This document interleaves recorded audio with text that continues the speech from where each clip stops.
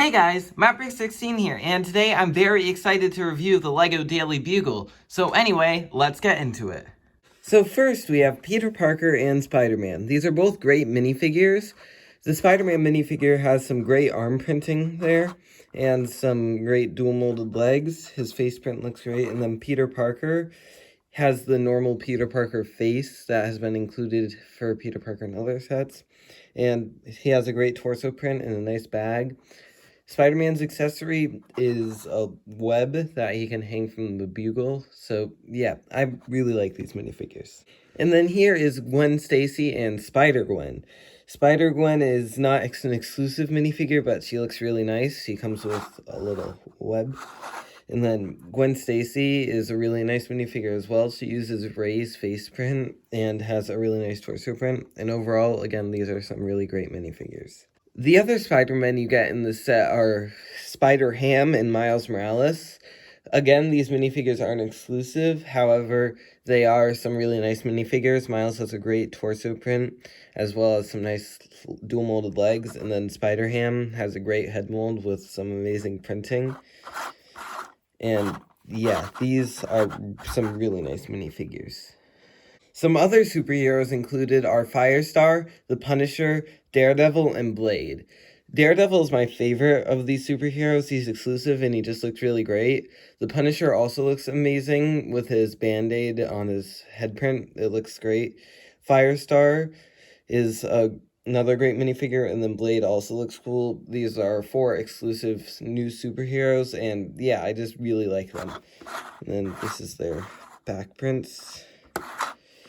And then, yeah, these minifigures are just great like the rest of the minifigures included in the set. You get 4 members of the Sinister Six in the set, being Mysterio, Doc Ock, Green Goblin, and Sandman, and they all look really good. The only exclusive one, I think, is Green Goblin, but they're still really nice minifigures. Doc Ock has different tentacle builds than in the other sets, and I think they look nice. And then, yeah, these are just some really great minifigures for the set. I know I'm saying that a lot, but the minifigures included in the set are truly amazing. And then the other villains included in this set are Carnage, Black Cat, and Venom. This is the first time we've gotten a Black Cat minifigure in LEGO, and she looks great. And then the Venom and Carnage symbiotes also look really nice, especially with their tentacles coming off.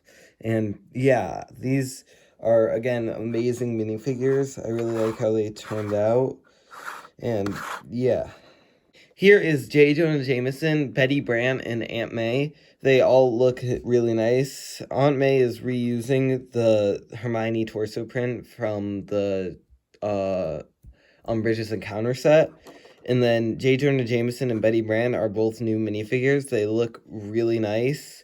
And then one of my favorite little things about J. Jonah Jameson here is he has this nice little webbed up expression. Let me just fix this. The way I'm having my minifigures is not the most stable.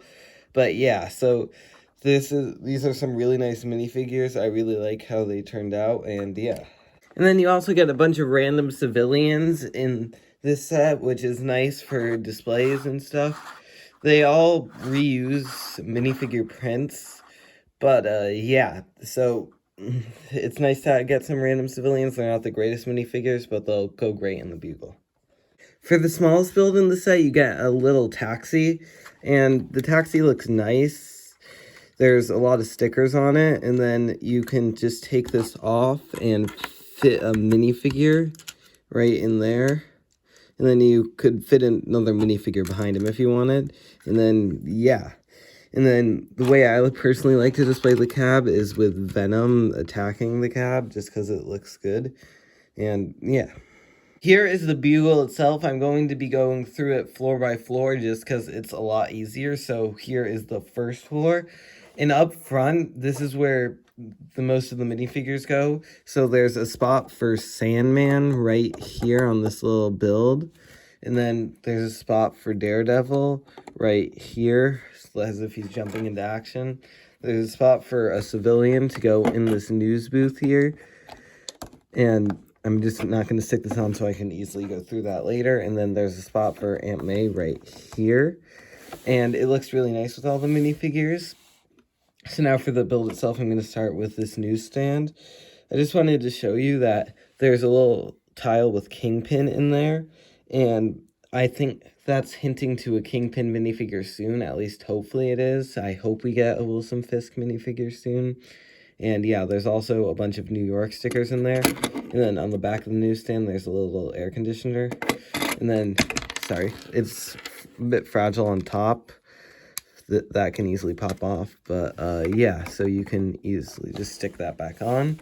And then there's a sticker that says Daily Bugle right there. That looks really nice. Here, there's a sliding door to open and access the interior. However, you can't really get your hand through there, so that's mainly just for play. And then, yeah, so the front has some flowers and a fire hydrant. Just looks really nice from the front. From the side, there's actually these holes to connect to other modular buildings right there. And then there's a rat right there, a sewer entrance right there. And then you can actually open this up, take it up, as if one of the symbiotes, I like to think, is ripping it out of the wall, but anybody could really rip it out of the wall. And you can get a nice view of the interior in there. And then on the back of the build, there's an air conditioner, a light, a couple dumpsters, which one has soda cans, another has some food in it. And then this web here can open up to reveal Peter Parker's backpack.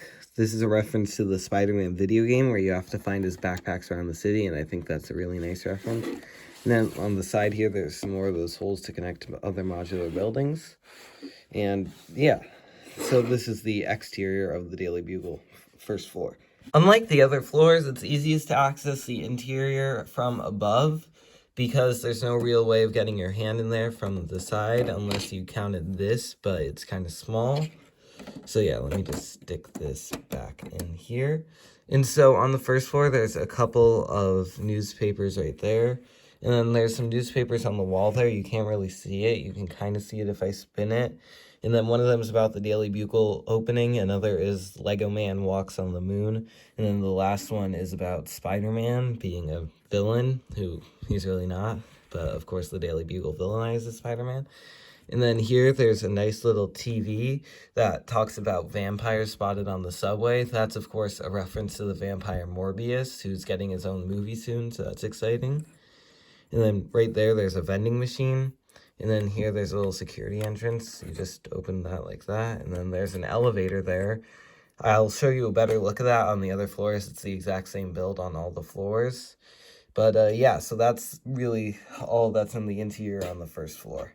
Here is the second floor on display. Of course, this little window would be right here. However, I just have the floors disassembled right now. And so right here on the exterior, there's three little stickers, or not little stickers, but three stickers. And the first one says, earlier today, breaking villains promise to stop being bad guys. Can they be trusted? Of course, they cannot be trusted because they're attacking the Daily Bugle. And then on this giant sticker right here, it says just the facts with J. Jonah Jameson, of course, reference to the Spider-Man video game. And then there's Jonah Jameson right there. Kurt Connors, who is the Lizard. Professor Miles Warren, who I don't really know who he is. And then the Scarlet Spider, that's another version of Spider-Man. And then here it says vote Osborn for mayor, of course, a reference to Norman Osborn in the Spider-Man video game. And then here is the second floor. It's not really that great on the exterior. It just has the fire escape, and this ladder can fold down to reach the street in the first floor if it's connected. And yeah, here there's 4 seats for workers here in the second floor. However, one of the cubicles is not really being used. It just has some newspapers, so I like to put 3 Daily Bugle workers in here. There's a stack of newspapers right there that says Nelson and Murdoch open new law firm. And that's, of course, reference to Daredevil. And then there's some donuts, a coffee pot, and then a cup right there. And then, yeah, as I said, 3 workstations. And it just looks really nice on the second floor. And here's the third floor. I just had to balance the window like this because it doesn't stay standing straight up. But I gotta say, for starters, this is my least favorite window. For one reason, in that it's so fragile. I feel like I'm putting this together again and again, at least twice a day, because it just always falls apart. It falls off the bugle. I don't know why. And yeah, it's just very fragile.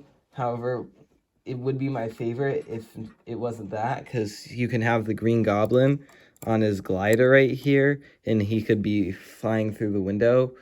But yeah, other than that, I really don't like this window just because of how fragile it is. But yeah, so anyway, I'm just gonna put this down right here. And then, yeah, so here's the third floor. And then here, there's a spot for Mysterio to be flying. I really like how they gave a spot for him. And then, yeah, there's 2 rooms on this floor. The first room is Spider-Man's office. And, of course, this is a reference to the Spider-Man meme, where Spider-Man is sitting in front of a picture of Spider-Man. And then the other part of the floor is just a little abandoned area with a copier, and then some boxes, a camera, and then a pizza box. I like to think it's a reference to Tobey Maguire's Pizza Time. And there's a stack of newspapers in the back there. And then in the back of the building, there's a door here. This goes out to a balcony. And then there's a light over the door. And yeah, that's really it for this floor. It's a nice floor. However, just with the window being so fragile, I just not the biggest fan of this floor. And here's the 4th floor. It's really nice that this window doesn't break like the 3rd floor. It just has these little things right here, and that's really good for displaying minifigures. And yeah, so that's nice. And then here is the 4th floor itself. It has this nice little spider buggy climbing up the bugle. It's a nice little build. And then on the back, there's a billboard for Just the Facts with J. Jonah Jameson, of course, being referenced to the Spider-Man video game. And then there's a bird's nest on the little air conditioner there. And then fire escape like all the other floors. And then, so the interior has 2 main areas. The first being J. Jonah Jameson's office. And there's a newspaper there with rewards for pictures of Spider-Man. Of course, we know Peter Parker uses that to make some money. And then the receptionist area with a little chair for Betty Brant there. And then here is a little TV, and it has the same Just the Facts sticker, just a lot smaller as the one on the 2nd floor. And yeah, so this is a nice little office area for J. Jonah Jameson. I really like this floor. And yeah. And finally, we have the roof. One thing I will say about this is when the Bugle is all assembled, I can't fit this tower there on my shelf. It's just so tall with it all assembled. So I kind of wish the tower was somewhere else or just shorter. But yeah, so it looks really nice. It has the giant Daily Bugle sign there. And then there's also that tower. And then water tower on the back there. And then right here, I just grabbed this Firestar minifigure because, of course, you're supposed to put Firestar right on that little area there. And it looks really nice for displayability. And yeah, and then on the water tower, there's a sticker of Miles Morales' sign and then a Green Goblin sign. And yeah, so the roof is just a really nice little build, and yeah. Overall, this is probably like the greatest LEGO Spider-Man set ever. And if you have the chance to get this, I definitely recommend you do. Yeah, it's just a 10 out of 10 Spider-Man set, 10 out of 10 superhero set. It has everything you could want from it, and yeah. So anyway, guys, thank you so much for watching. Please remember to like and subscribe. I'm 1 subscriber away from 100 subscribers. And yeah, I'll see you in the next one.